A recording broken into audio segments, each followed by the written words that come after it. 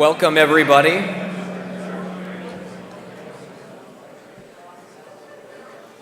Welcome, everybody, to Sharia, a threat to American freedom. My name is Father Ezra Sullivan, and I don't know much about Mohammed. I do not take the Quran with me to bed every night. I do not have at my fingertips all the pertinent facts about Islam. And it's precisely because of this that I've been asked to introduce tonight's topic. I'm proud to say that I know the least out of all the people here on stage. And so that means that I'll be learning the most. So as we listen to these three talks on this single topic, I would like to note that there will be an opportunity for questions and answers at the end. And I invite you to consider three different ways to interpret these talks. The first way is to consider a warning about militant Islam as a sort of Chicken Little message. Chicken Little, you recall, was one who outside an acorn fell on his head, and he started running around telling people that the sky was falling. He went to Henny Penny. The sky is falling, Henny Penny. Well, the hen was convinced. And so then he goes to Loosey Goosey. Loosey Goosey, the sky's falling. She gets convinced. They go to Lucky Ducky. He's convinced, and so on. And of course, the thing is that the sky wasn't falling. There's nothing wrong with it. It's just there. And so when people sometimes hear about dangers of militant Islam, they'll say, you're getting worried about a whole bunch of nothing. Some sociologists suggest that Westerners have too much Islamophobia. They'll say that there's a myth of a Muslim tide. And they'll say that Muslim immigrants are just as harmless as Catholic immigrants and Jewish immigrants were once upon a time. Such views, however, overlook certain important facts, many of which we will hear tonight. Facts including statements in the Quran that promote violence to infidels. Facts such as in the Quran, we hear statements that say, do not take the Jews and Christians for friends. They're friends of one another, but if you take them for a friend, surely God does not guide unjust people. There are statements in the Quran about how to treat women, that a man can have up to 4 wives and as many concubines as his hands can conquer. That husbands have an obligation to hit their wives if they get high-minded. And there are also statements in the Quran which speak about violence. Warfare is ordained for you, it says, although it may be hateful for you. O those you who believe, fight those of the disbelievers who are near you. Do not obey disbelievers, it says, but strive against them. Because of such dangers and statements in the Quran, which Muslims traditionally interpret as the verbatim word of Allah, and which Muslims traditionally implement as Allah's will on earth, it's tempting to take another way to consider these presentations. Instead of seeing them as a Chicken Little message, some people will interpret them with despair. There's a temptation to see this as a message like that of Cassandra. In Greek mythology, Cassandra, you probably recall, was the one who was gifted with the ability to prophesy future events accurately. But Apollo, her rejected lover, well, he also gave her a curse. Whatever she prophesied would be disbelieved. And so, when Cassandra predicted to the Trojan people that this wooden horse was something dangerous for them, everybody mocked her and laughed. And of course, we know what happened with the Trojan horse. And so sometimes when people hear about warnings of militant Islam, they say, it's too late. Already they are inside the gates, and there's nothing we can do. In a certain sense, this is accurate. I personally have been affected by how warnings by Muslims themselves have been ignored by the government and by their fellows. So we all probably are familiar with the fact that in 2009, Major Nidal Hassan killed 13 of his own members of the army, and he injured more than 30 at Fort Hood. What not many people realize is that Hassan was an Army psychiatrist, and 2 years previous to this event, we say, he actually gave a PowerPoint presentation to his colleagues and superiors, and it was entitled "The Quranic Worldview as It Relates to Muslims in the U.S. Military." Among other things, he said this: "Fighting to establish an Islamic state to please God, even by force, is condoned by Islam." Another ominous claim he said, and I quote, "We love death more than you love life." Now the thing is, why this hits me personally is because my sister-in-law was present at that PowerPoint presentation.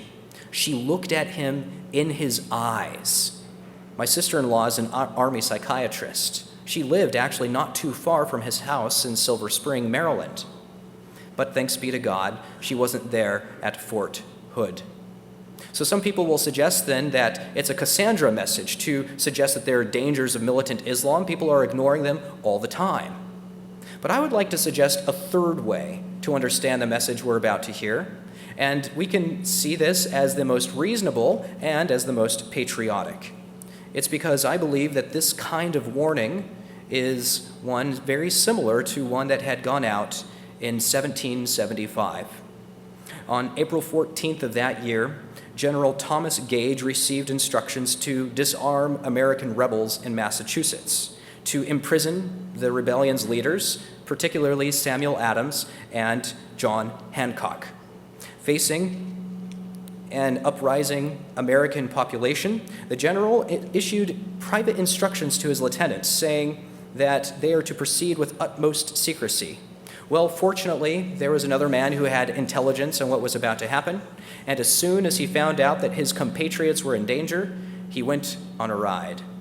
It was the night ride of Paul Revere. And because of his courage, he went through the countryside, warning colonists all along his route. And as he went from house to house, he eventually made his way to where Samuel Adams and John Hancock were. He got them out of danger, and he helped the Americans to push back the British forces all the way to Boston. And so many would argue that this is precisely what we're going to hear tonight, a wake-up call, telling us about dangers, telling us about opportunities that we have to help our country, to help our life, and even our faith. So tonight, then, we have an opportunity. Are we going to hear about Chicken Little stories, Cassandra prophecies, or Paul Revere warnings? It's up for you as a listener to discern and to decide. And so to help your prudence, I'm going to introduce to you our speakers. First, I would like to introduce to you, on my far left, David Yerushalmi. He is a nationally known Orthodox Jewish speaker and lawyer, an expert in risk analysis and geopolitical strategy and national security. David will talk on his work throughout the U.S. in forming public policy and about the theory that underlies the dangers of Islam. His talk is entitled Sharia, the Threat to American Freedom. Our second speaker, sitting next to him there in the middle, Robert Muise, a Catholic lawyer and expert in constitutional law. He's engaged in a number of cases to defend religious liberty, the freedom of speech, and the right to life across the country. He's been featured on Fox News events, as well as other major media in the news. His talk is Sharia, the Threat to the Constitution. And our third speaker, Al Cresta. I'll introduce him when it's his time to go.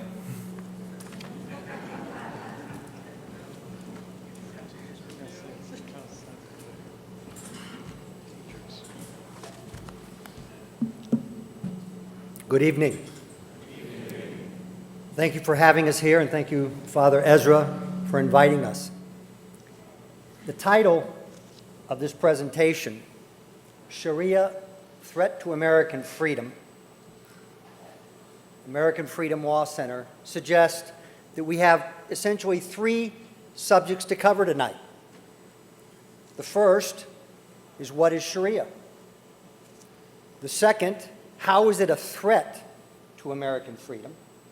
And third, something of special interest to me, American Freedom Law Center. I'm going to begin with the latter and then work back into the first two. 6 years ago, I began thinking about litigation in the context of the broader battle of Islamic terrorism, its effect on the banking industry through Sharia-compliant finance, and I reached out to a Michigan-based public interest law firm that was dealing mostly with Catholic and Christian issues, and I was introduced to my partner here, Robert Muise, and we began litigating in this area, and 2 years ago we formed our own organization, a national public interest law firm and public policy think tank called the American Freedom Law Center. I'm going to mention briefly why we came together as a bio or a resume, as it were, but I want to say this by way of introduction. Nothing that I say here today and nothing that Robert Muise says here today should be taken at face value. If there is a belief proffered from this podium, I would suggest to ignore it. If there is a fact that can be verified, I would pay attention. But what we propose to provide for you this evening is a factual examination of the question put before us tonight: Sharia, the threat to American freedom. My background goes back 30 years as a trial lawyer. I've been involved in national security, public interest related issues most of that time. I serve as general counsel to many public policy think tanks that deal with national security issues in Washington, D.C. And I spend an inordinate amount of time in front of judges arguing about issues that you and I would think were a given. Robert Muise served 13 years in the Marine Corps as a combat officer, served in Desert Shield and Desert Storm, later became a judge advocate, an attorney working within the military, and then spent a decade practicing law in the area of First Amendment litigation, religious liberty in the main. Together, we formed American Freedom Law Center 2 years ago, and we like to use the nomenclature as the first serious and original Judeo-Christian public interest law firm.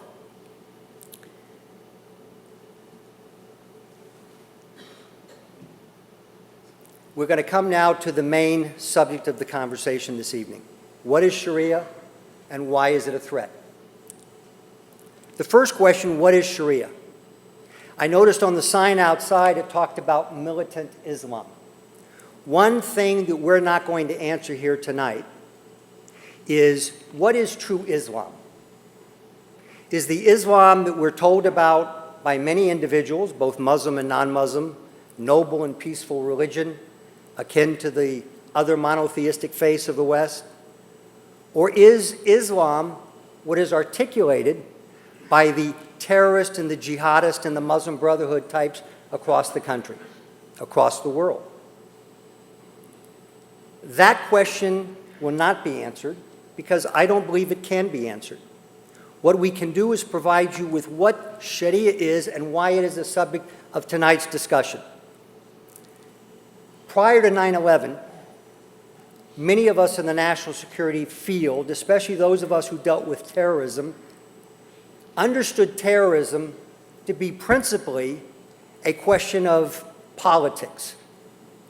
The largest threat of political terrorism were from the Palestinians. And most of us in the field consider this to be an issue of nationalism or real estate.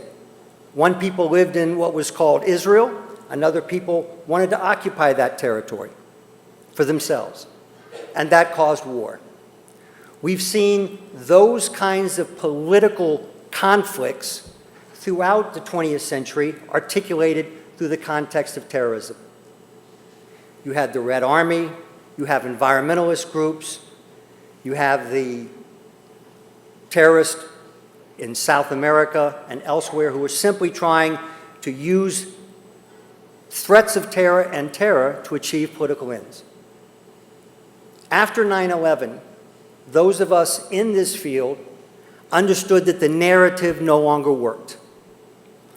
All of the time that we looked at terrorism in the name of any group that tied itself to the Palestinians or Arabs or Muslims, we always moved it into the narrative of a political contest.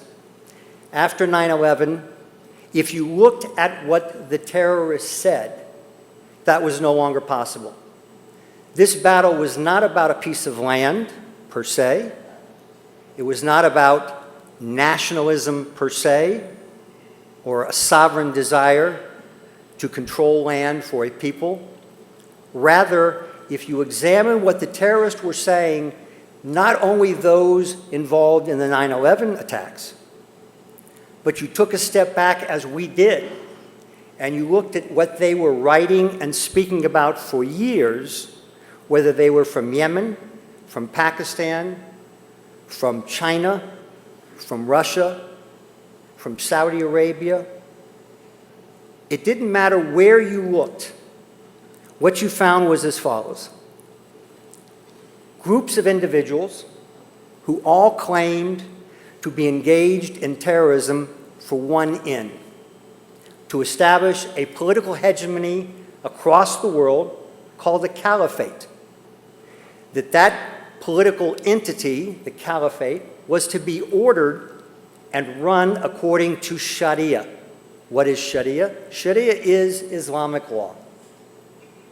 Each of these groups articulated those two goals and added to it the method by which we achieve that goal are three. Dawah, or persuasion. If that wasn't successful, Dhimmitism, which is a notion of subjugation. And if we couldn't subjugate the population, jihad or war. Those ends and methods were articulated by groups of jihadists, mujahid, across the globe, many of whom didn't read or understand Arabic. They didn't understand or articulate the plight of Palestinians. They didn't have the same political victimization narratives in their countries. That is to say, they were disparate groups with no common denominator, no dots to connect except one: Islamic law. So the next question we asked to determine what Sharia was and whether it was a threat to America was, is it possible that this grouping, these jihadists that have propped up and shown themselves around the world and have brought their attack to America on 9/11, is it possible that they're extremists, radicals, outliers, that they don't actually belong as part of Islam in any serious fashion? So what did we do? We examined their writings to find out exactly what was the source of this law.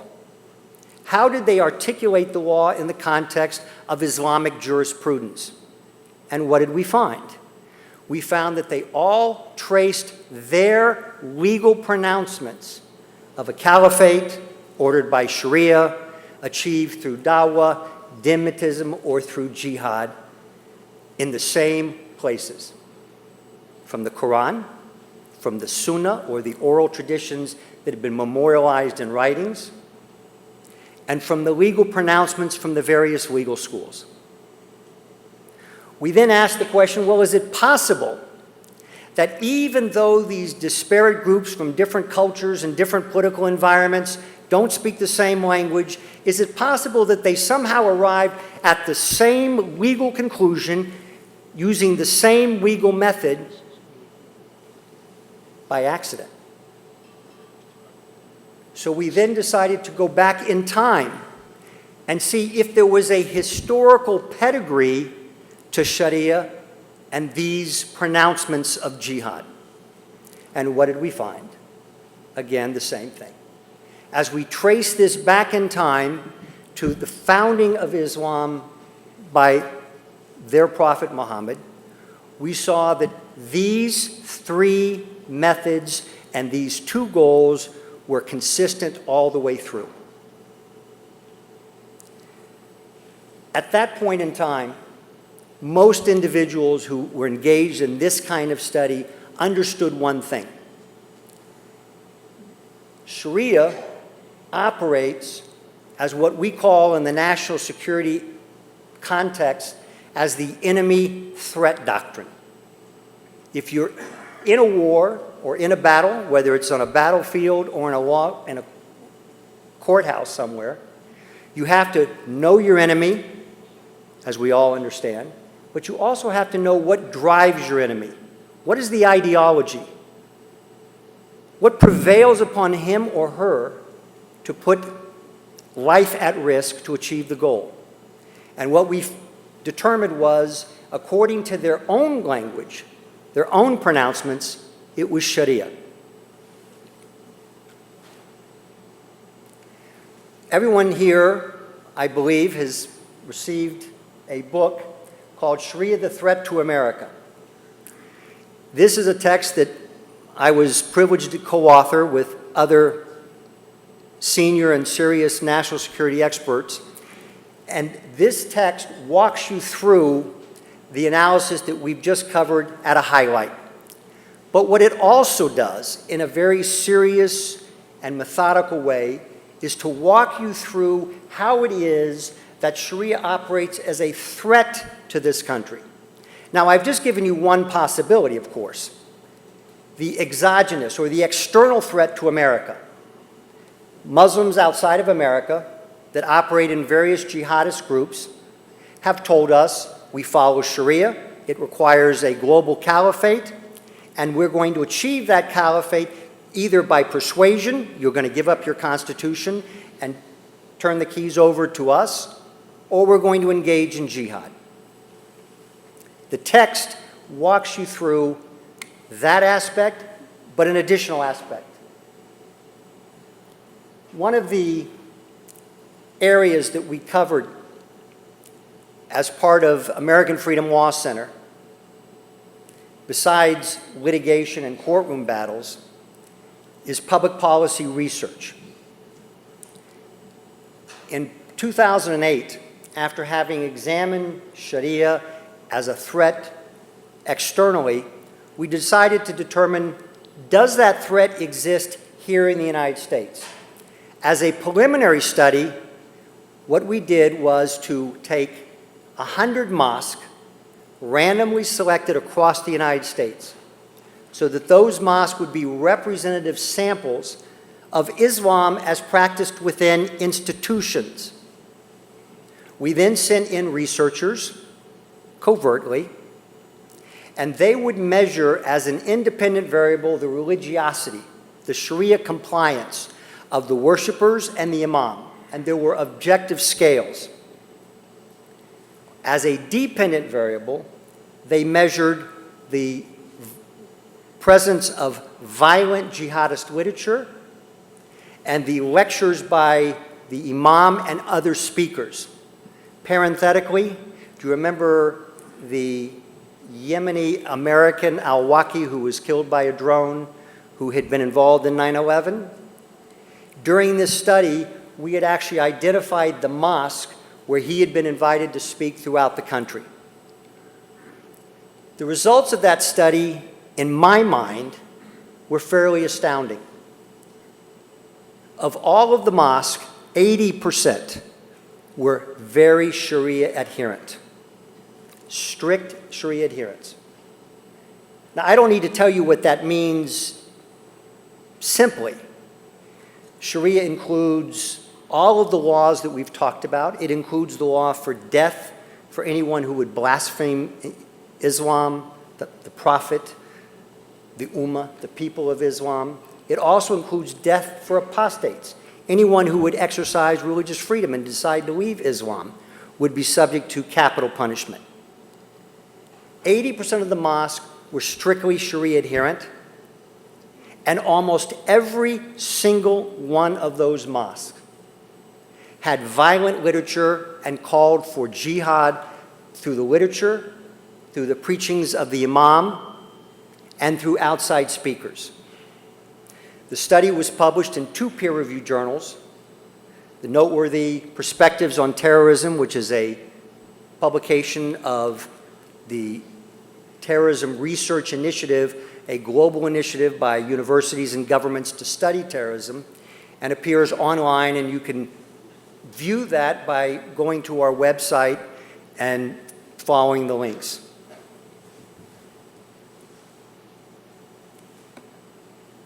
We've covered now the conclusion of the study.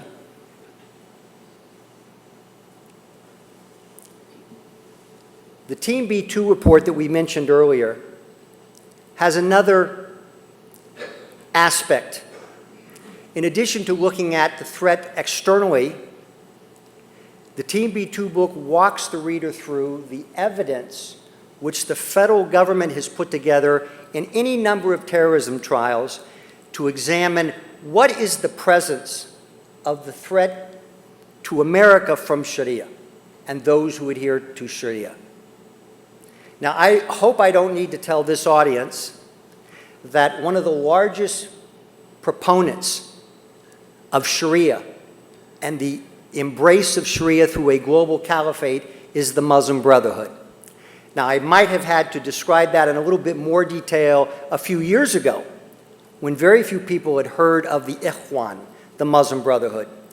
But if you recall Egypt's recent travails, the Muslim Brotherhood came to power after Mubarak was dethroned in an election, and they were in power for approximately 2 years before they were overthrown by the military for being even too radical for that country. The Muslim Brotherhood, founded in 1930, has a singular goal: the establishment of a global caliphate achieved piecemeal by taking over one country after another and establish Sharia as the law of the land.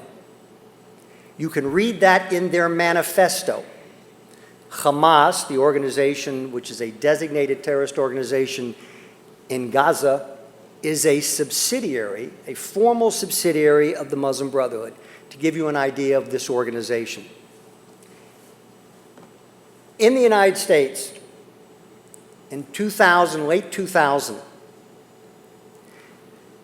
the federal government brought a criminal complaint against the largest Muslim charitable organization in the country, the Holy Land Foundation.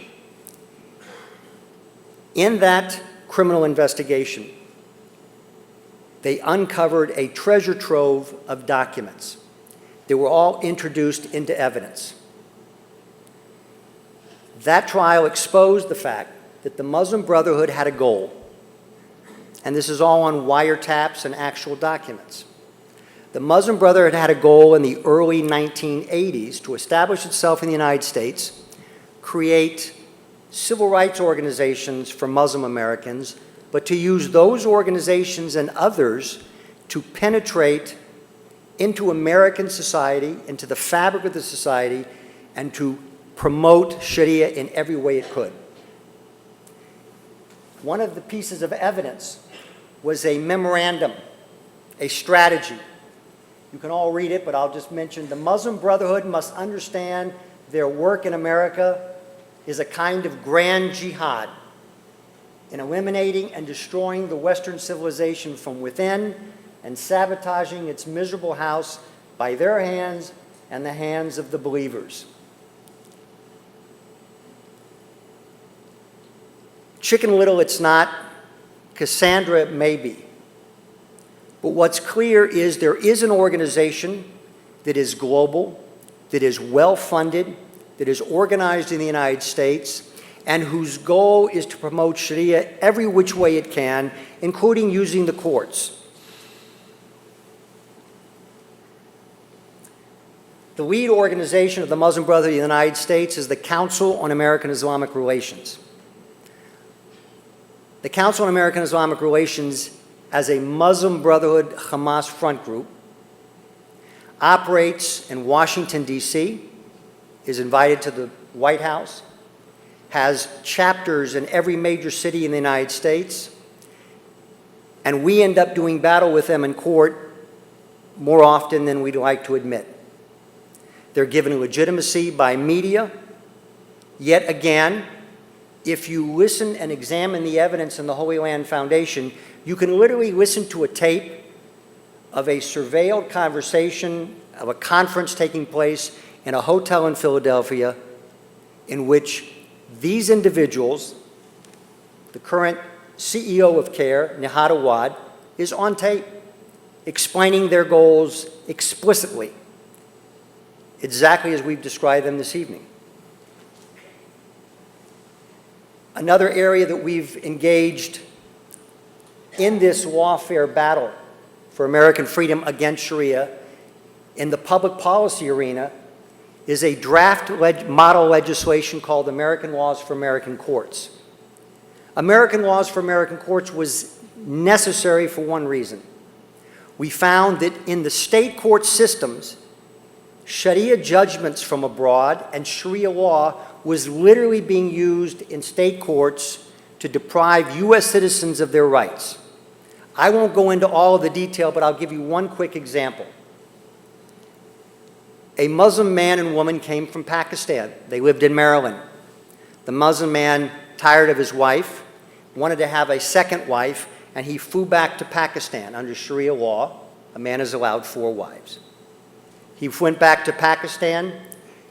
His wife insisted that if he were going to have a wife there and a wife in Maryland, she would want a divorce. He went to a Sharia court in Maryland and obtained a divorce literally with the expression of, I divorced my wife 3 times under Sharia law. He then got custody of his child because under Sharia law, it's not the best interest of the child. The father gets custody.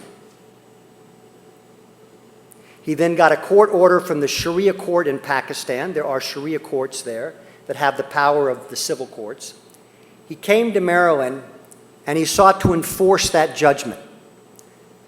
The woman went to court to fight that in Maryland and explained to the court, had I gone to Pakistan to fight this case and presented my defense, I would have been put to death under Sharia for both apostasy and blasphemy. The Maryland courts, all the way to the appellate division, ruled as follows. This judgment rendered by a Sharia court, which denies you equal protection because you're a woman, denies you equal protection and due process because you're not a devout Muslim, is enforceable in this state with the power, the police power of this state. We will forcefully take your child and give it to your husband to go back to Pakistan to raise him. She asked, how could that be? I haven't had my day in court. Had I gone to court in Pakistan, I would have been put to death. And the court said, literally now, this is almost a quote, while it is true that this is the law of Sharia and it is applied in Pakistan, because we can't know that it would have happened in your case, the judgment stands. The woman lost custody. American Laws for American Courts says one thing very simply. No foreign judgment and no foreign law can be applied in any state court in a state that passes this legislation where the application of Sharia law or Sharia judgment or any foreign law would deprive the U.S. citizen of a fundamental constitutional liberty. A simple proposition. That law is passed in a half a dozen states. It's pending in another dozen. It's never been challenged in court. It's been on the books in some states for now 4 years. The criticism of American Laws for American Courts is the Chicken Little argument. It's not a problem here. Sharia is never going to take over the Constitution, yet we see in state courts it is literally inserted surreptitiously, and it deprives U.S. citizens of their rights. One of the great badges of honor that I have and my colleague Robert Muise has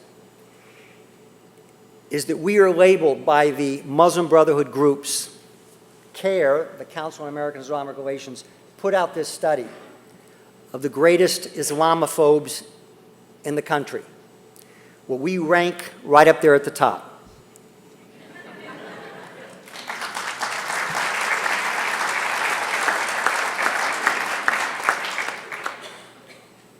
The Washington Post covered the publication. Many of the other media did as well. But let me just conclude before turning over the next portion of our presentation, which will be discussing the actual battle that takes place inside the courtroom, with the following. Nothing I've said here tonight, and nothing that I consider to be true, is critical of any Muslim, or even critical of an Islam that exists in some people's minds that is noble and peaceful. If it exists, I'm all for it. It's protected by the First Amendment.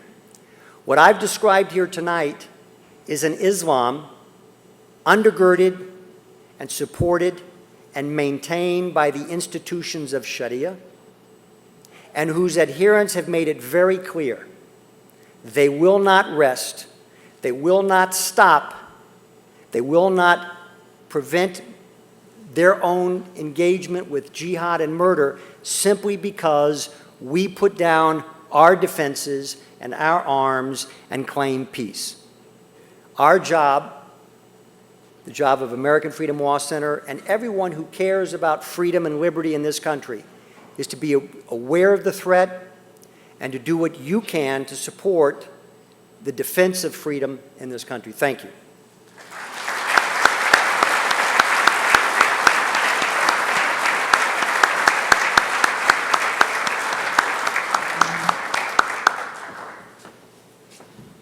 It's always a hard act to follow. I'm the Christian half of the Judeo-Christian that he referred to in the American Freedom Law Center. I'm the Catholic guy from Michigan with 12 kids, and as I like to say, all of them are boys except for 10.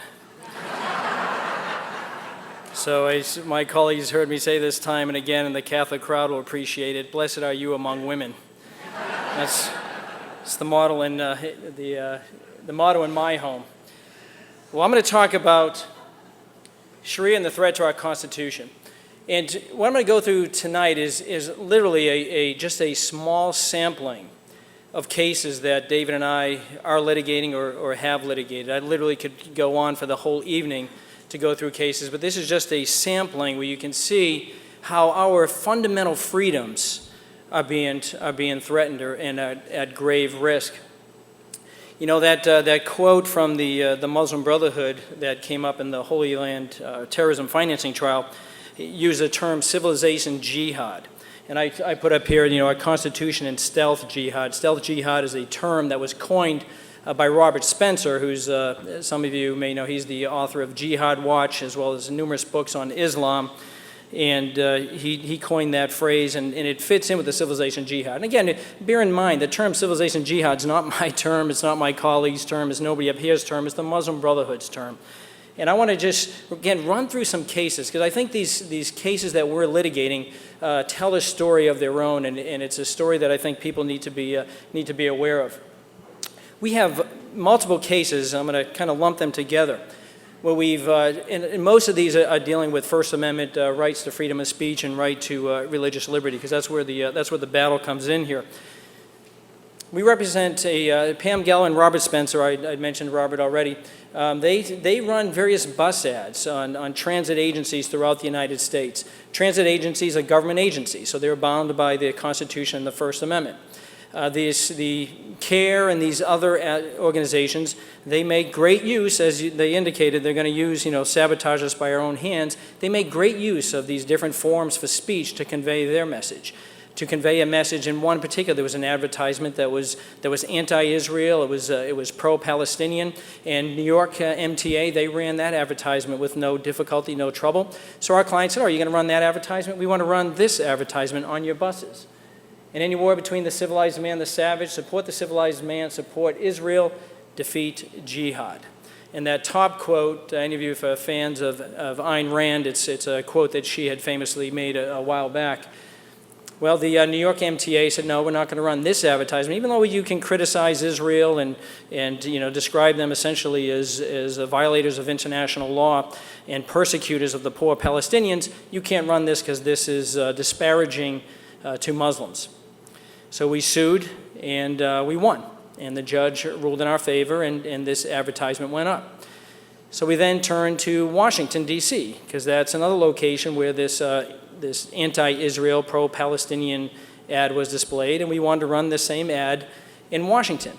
Well, the Washington authorities said, well, we're not going to run it because we fear violence. We fear that the Muslims are going to be outraged by this, and they're going to engage in violent acts, and it's going to be a danger to our transit authority. Well, we filed our lawsuit on a Tuesday. The judge had a hearing on Thursday. On Friday, she issued her order in our favor, and then on Monday morning, the advertisements went up in Washington, D.C. We've had this same advertisement now. We're engaging in the same battle in Boston, Massachusetts. In the Boston MBTA, they ran the similar Palestinian ad, but they refused our ad, the one that I had showed you previously, claiming that it was demeaning and disparaging to Muslims. We sued. The judge ruled in their favor. There's a really bad case in that circuit that we're trying to get overturned actually through the course of this case. So that case is on appeal to the next level, the U.S. Court of Appeals. Well, what the judge said in his ruling, he said, well, jihad doesn't necessarily mean violent jihad, doesn't necessarily mean, engaging in terrorist acts. And the court even acknowledged, even though he himself has used that term when he's dealing with criminal cases in his jurisdiction. And oh, by the way, we're in Boston, Massachusetts. You remember what happened at the Boston Marathon not too long ago? So what do the people understand jihad to mean in Boston? And even in the context of warfare. But he said, it wasn't unreasonable, even though it's not the most reasonable conclusion, it wasn't unreasonable for the MBTA to conclude that jihad meant just prayerful introspection. And so calling people who engage in prayerful introspection as savages, well, that's demeaning. So, you free speech advocates, you lose, the government wins on this one. So we appealed it. So we said, okay, if the concern was that, that we were criticizing introspection as opposed to individuals who engage in violent jihad against Israel, as the advertisement plainly, it makes clear on its face, we modified the ad. And in the modified ad, we said, okay, in any war between the civilized man and those who engage in savage acts, support the civilized man, support Israel, defeat violent jihad. Well, the MBTA now was stuck based on how the court ruled. So they had no choice but to accept the advertisement. So we said, okay, you accept that one. How about this one? In any war between the civilized man and the savage, support the civilized man, support Israel, defeat violent jihad. So we made it very clear that we're talking only about violent jihad. Well, the MBTA was really now in a quandary, and they said, well, we can't accept this one. So we sued them on that one, and our judge agreed with them. So we're on appeal now on that one. So at the end of the day now, we have the First Amendment being decided upon whether or not you use a word here, savage, as an adjective or a noun. I mean, it's just how the First Amendment is so obscured when we're dealing the issue with Islam. And we'll see this time and again in some of these other cases that I'm bringing up. And this, I throw this up because this was an interesting headline from the Boston Globe. Because oftentimes when we bring in these litigation, they refer to us as Islamophobes or anti-Islam. But here, you can see this by engaging this dialogue, they actually had it correct here. Anti-Islamist. That's the point that David was making. We're talking about Islamists, not just Islam.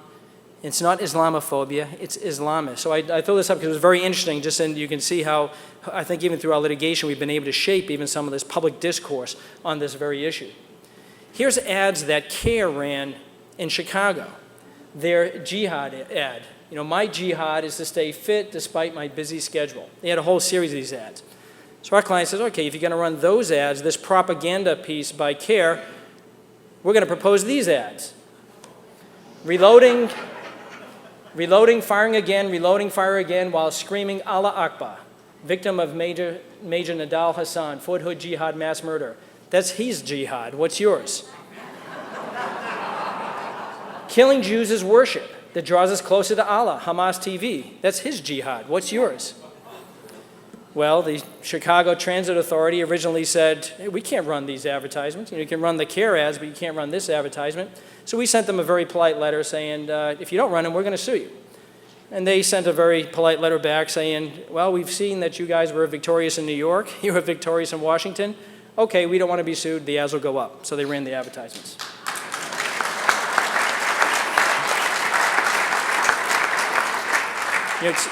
Before our presentation, we were meeting before this, and David used the term lawfare, and that's the term I'll use. This is lawfare. We have to shape this battlefield. We have to shape the discourse. And sometimes, having success in cases can carry over where you can actually win a case without actually having to go through all the litigation just because of the reputation you've built in this particular area. Here's an advertisement that our clients wanted to run in Detroit, Michigan. And you'll see, I'm going to be talking about Dearborn quite a bit. Dearborn, Michigan, for those who don't know, has the largest Muslim concentration of any city in the United States. And I'm going to show you a couple of cases we have in Dearborn, and you can decide for yourself whether or not the political influence of Islam in that community has any effect on our constitutional freedoms.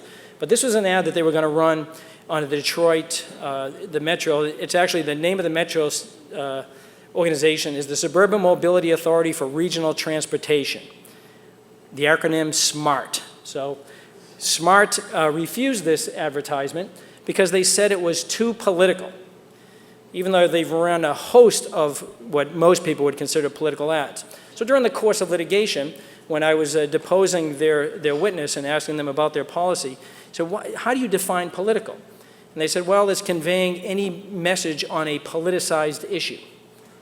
I'm like, okay, well, that's a tautology. So define for me politicized. Well, if there's a faction of people that are in disagreement on a subject, then it's politicized. Oh, really? Here's an advertisement that they ran with no problem and said it comported with their policy. Looks like a politicized issue to me. And when I asked them the question about this, he said, no, it's not a politicized issue. There's no factions of people that disagree on whether a God exists. I'm not making any of this up. So this case is on litigation right now. We've got cross motions for summary judgment. We'll see how that comes out. Here's an advertisement. This one was run by the State Department in Seattle, Washington. Faces of Global Terrorism. The FBI and the State Department have this program called Rewards for Justice, where they provide certain awards if you can provide information that leads to the identification or capture of a known terrorist. And the FBI has a most wanted global terrorist list. And right now there are 32 individuals on the FBI's most wanted global terrorist.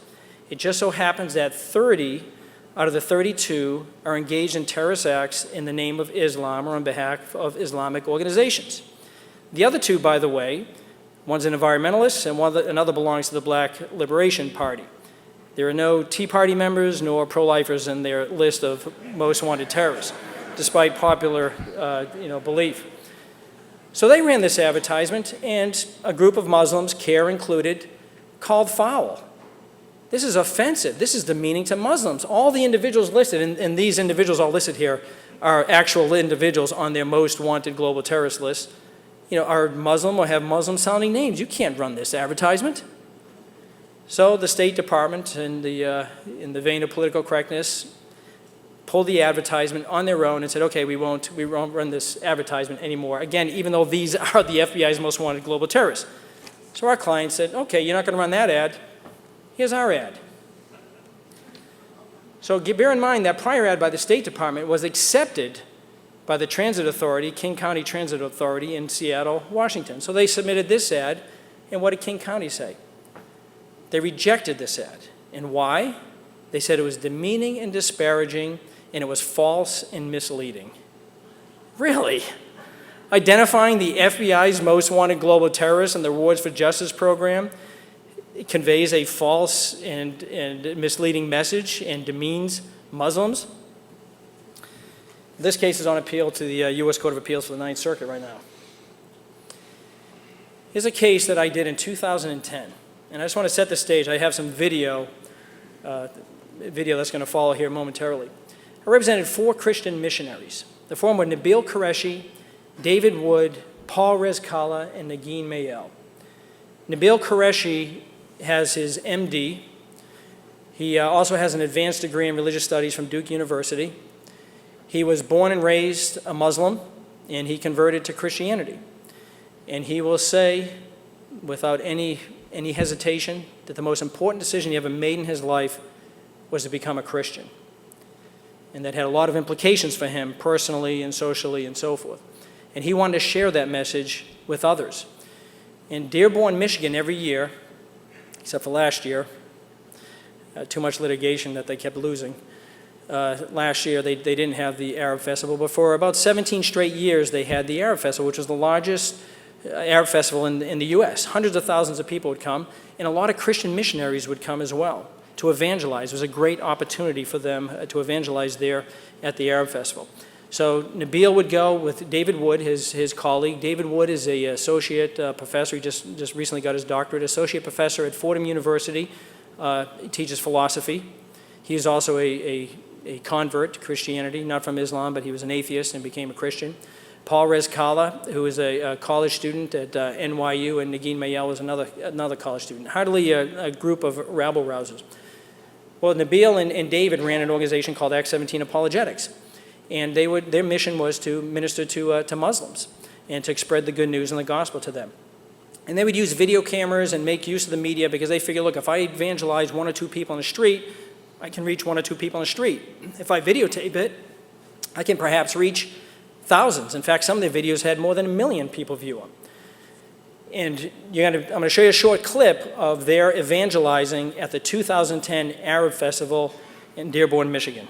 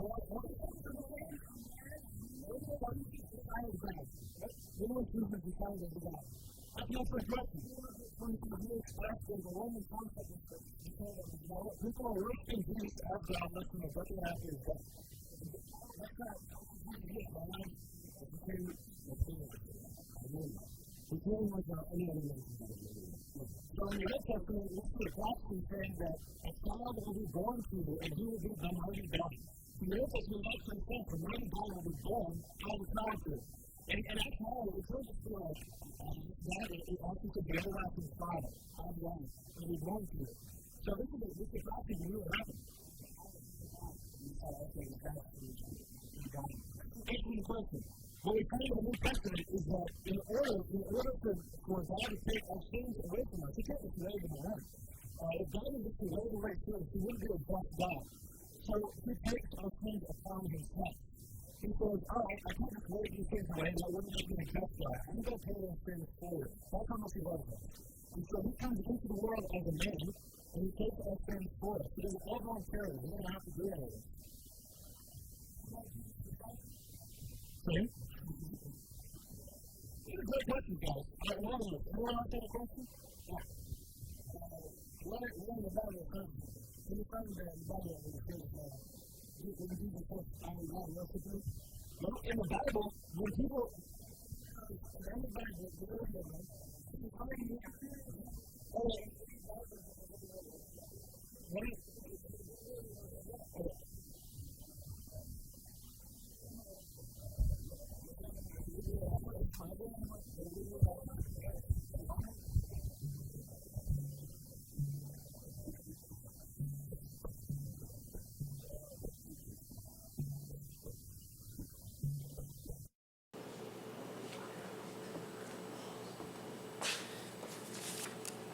What you saw there was Nabil Qureshi, he was the individual in the red shirt, being placed in handcuffs, taken, and the other three as well, placed in handcuffs, taken to jail, where they spent the night in jail, and they were tried for breach of the peace.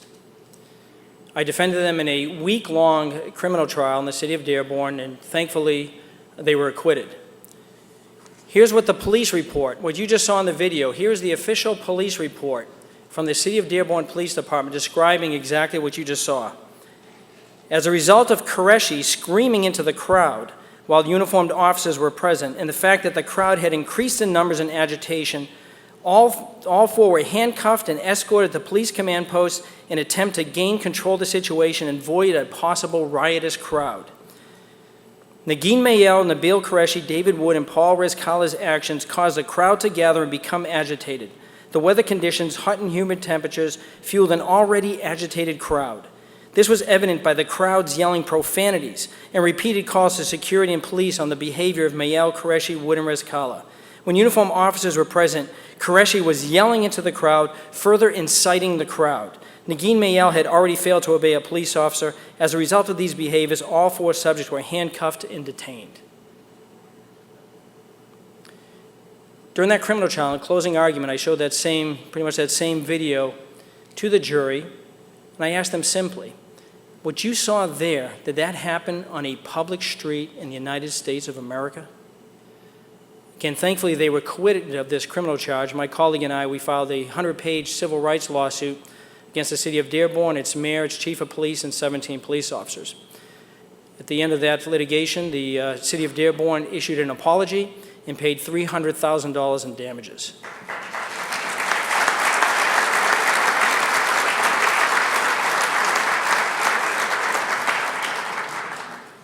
Nabil Qureshi just recently wrote a book. I'm doing a little plug for him because I got to tell you, it's a terrific book, Seeking Allah, Finding Jesus. And those who are interested about the trials that a Muslim goes through to convert to Christianity, you should read this book. Not only the social pressure and the family pressure associated with it, but giving a plug for Nabil because it's a terrific, a very terrific book, and I think it fits in with what we've been describing here. 2 years later, and that was the second lawsuit that I had against the city of Dearborn. Actually, even before that 2010 incident, in 2009, I represented a Christian pastor, George Saig, who for years had been going to Dearborn and evangelizing and handing out literature on the public sidewalks. Again, this is an open public city street where, First Amendment rights are at their pinnacle in terms of protection. And he was handing out literature. Well, in 2009, they decided to pass this draconian restriction on literature distribution, and they told everybody that was going to distribute literature there, and it affected mostly the Christians that were there to evangelize, that they literally created this 5-block buffer zone where they had to be away from the festival area before they could hand out the literature.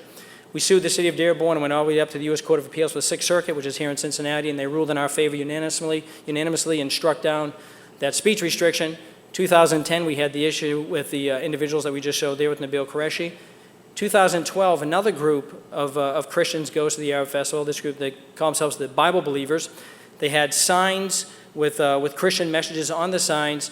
They were walking on the public streets during the course of this festival, which they had every right to do under the First Amendment, and this is what happened.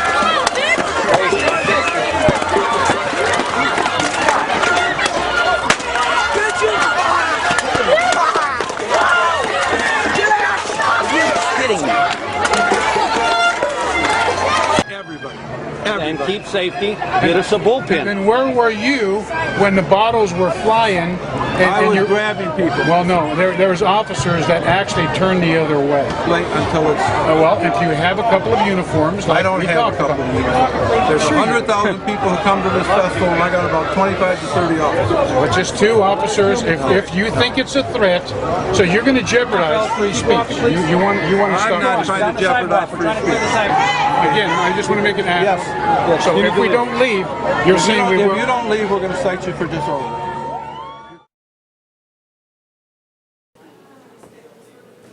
Did you hear what he just said there at the end? They were walking on the street with signs. They were literally stoned in that city street with bottles, debris. Reuben Israel, the leader of the group, had blood pouring down the top of his head. They just asked for 2 police officers to be with them. And it was the county sheriff's department, and they had the largest, they even bragged about the fact that it was the largest detail they've ever had, larger than when the president visits Michigan, larger than they used for the Super Bowl. But yet when these, bottle throwers and rock throwers at these Christians, they couldn't spare 2 police officers to protect them from the violent acts. And so what was the county sheriff's response? If you, peaceful Christians, don't leave this Arab festival, we're going to arrest you for disorderly conduct, even though their conduct is fully protected under the First Amendment. And oh, by the way, the ones engaging in criminal acts were the ones disturbing the peace. That's known in First Amendment jurisprudence as a heckler's veto. And the police, and the law is pretty clear, police cannot join a mob intent on suppressing speech. They have a duty under the First Amendment to protect the speaker. That just got turned on its head. We filed a civil rights lawsuit against the Wayne County, and here's what a federal judge in Michigan ruled. This is a direct quote from out of his ruling. The court finds that the actual demonstration of violence here provided the requisite justification for defendants, that's the police, intervention, even if the officials acted as they did because of the effect the speech had on the crowd. Literally turned the First Amendment on its head. We appealed that case to the U.S. Court of Appeals here in the Sixth Circuit. I had oral argument on January 18th of this year, and the argument went very well, and I'm hopeful we're going to get a reversal from the Sixth Circuit. But how can this happen? I mean, you see that looked like something out of, from the West Bank, not on a city street. Is it just coincidence that it happens to be the city with the largest Muslim population? Here's a last case that I just want to run through, and this one kind of hit home with me. Jesse Nieto versus Flatow. Flatow was the commander of Marine Corps Base Camp Lejeune, a place that I was stationed twice in the Marine Corps. My client in this case was Jesse Nieto. He's a retired gunnery sergeant in the United States Marine Corps, served for 25 years, did 2 combat tours in Vietnam. His son, his youngest son, was a sailor, and he was stationed aboard the USS Cole.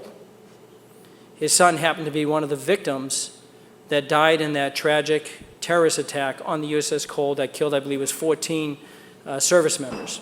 His son was one of the 14 that was killed. So Gunny Nieto, on his vehicle, he also was an employee on base. He was retired, so he had full privileges to be on base. You have a base decal as a retiree. Plus, he was a civil employee that worked on base, so he had the right to be on base. And this is his vehicle. You can see his official license plate was USS Cole. I mean, this is a mourning father who lost his son to violent terrorism. And so he put these decals on his vehicle. We died, they rejoiced. No quarter for Islamic terrorists. Here's a picture of Gunny Nieto. Well, he was pulled aside one day by the base magistrate because they had gotten a complaint, apparently, by a Muslim who was on base about his decals. And they gave Gunny Nieto an option. They said, you can either scrape off your base decal or scrape off these other decals. And he said, I'm not going to change my decals on my vehicle. I mean, this literally was a father mourning for the loss of his son. So they issued him an order and banned him from coming on any federal installation. So he couldn't come on Marine Corps Base Camp Lejeune. He couldn't go down to Norfolk, where they had the monument for the USS Cole. He couldn't go to Arlington National Cemetery, where there's a monument for the loss of his son. So we sued in federal court in North Carolina, and we won. The judge ruled in our favor and said this was viewpoint discrimination, and he ordered them to enjoin their speech restriction. And I got to tell you, I can remember vividly to this day when I picked up that phone and I called Gunny Nieto and told him that we won. I could tell, and this guy, he was tough as nails. You can tell he's actually a native American Indian, and every time I went down to take depositions, he was always showing me whatever gun he had in his vehicle for him. But this was a tough man, and when I told him that we won and he could go back on that base with his vehicles, he was audibly crying on the other end. Made a big deal for him.